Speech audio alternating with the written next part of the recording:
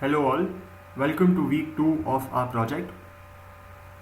This video will not be covering any technical aspects. This is another video to give you an overview of our project topic. Let's get started. I hope the first slide makes you very happy. I'll be giving you an overview of Deep Packet Inspection, also known as DPI, its benefits, challenges, and some recommended reading material.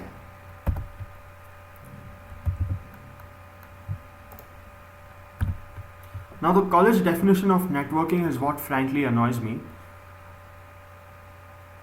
They say that hardware sees the header part of the packet and then routes the packet appropriately. Well, this is partly correct.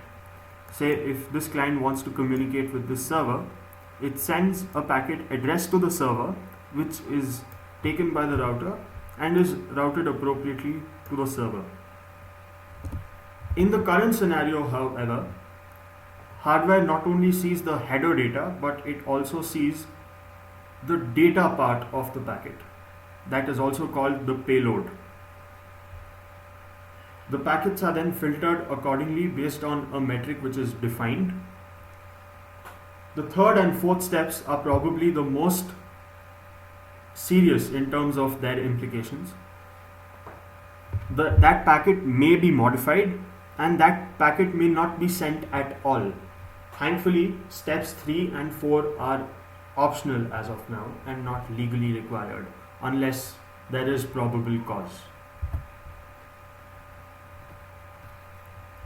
DPI has two very simple requirements. One being powerful hardware, which we already have, and two, you have to deal with a lot of packets. It's not very hard to guess where the two meet. First of all, there are the internet service providers. Second, the IT organizations which indirectly depend on ISPs. And the third are governments. DPI has a lot of benefits if used correctly. For example, it enables advanced network management. Assume there are 10,000 hosts on a network fetching only text files, and they suddenly start requesting for high quality video. Well, through DPI, that can be anticipated by the network, and the network can change its behavior to improve its quality of service.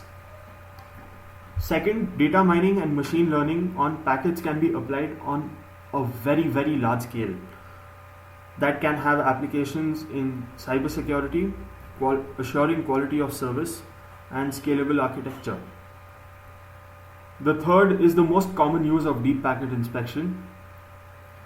That is, it is used to detect or prevent attacks or intrusions into someone's network. DPI also has a lot of serious challenges and implications. First of all, DPI allows lawful interception. User patterns can be stored and predictive models can be applied on the customers themselves. So for example, if the internet service provider has recorded your web history over a long period of time and has observed that over the afternoon you access Gmail or any other mail provider, and then in the evenings you like to watch YouTube videos, well, it will then adapt your bandwidth utilization based on your usage.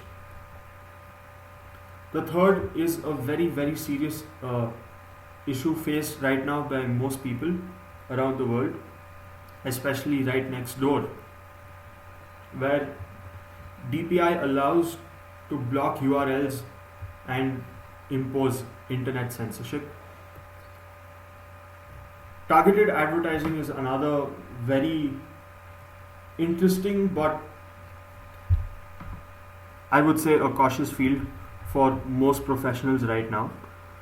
Deep packet inspection allows me to basically see what you are searching for and then manipulate those search results so that I get a commission out of it. Traffic shaping is another serious implication.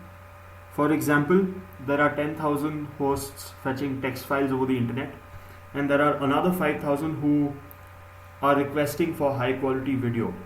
Well, through DPI, the internet service provider has that knowledge of these 5,000 people trying to fetch video.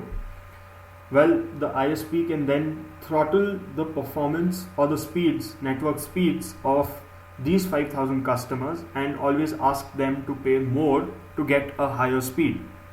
Well, that violates the principle of net neutrality, which states that irrespective of where the data is coming from, it must be treated equally. The last challenge and implication of deep packet inspection is deep packet injection.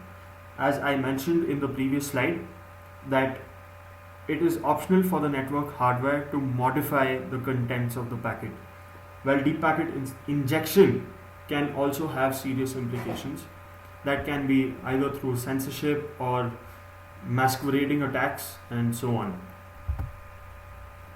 Now, these recent protests and revelations were of no surprise to most of us because we knew that DPI has existed for over 15 years now and it will only get better at what it does.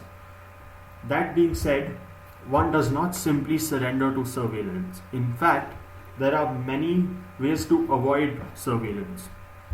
The biggest challenge faced by DPI, the biggest challenge faced by us in achieving and realizing DPI is that encryption always foils our efforts. In DPI, we go deep to extract the data payload, but what if there was incomprehensible junk?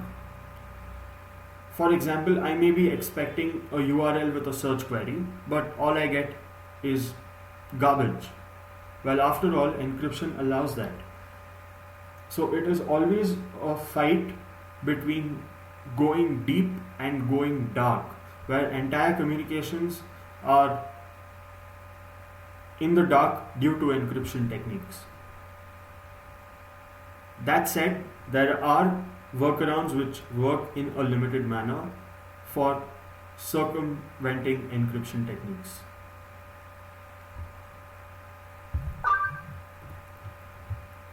Recommended reading material for this week includes the Central Monitoring System, which is also called the CMS in India.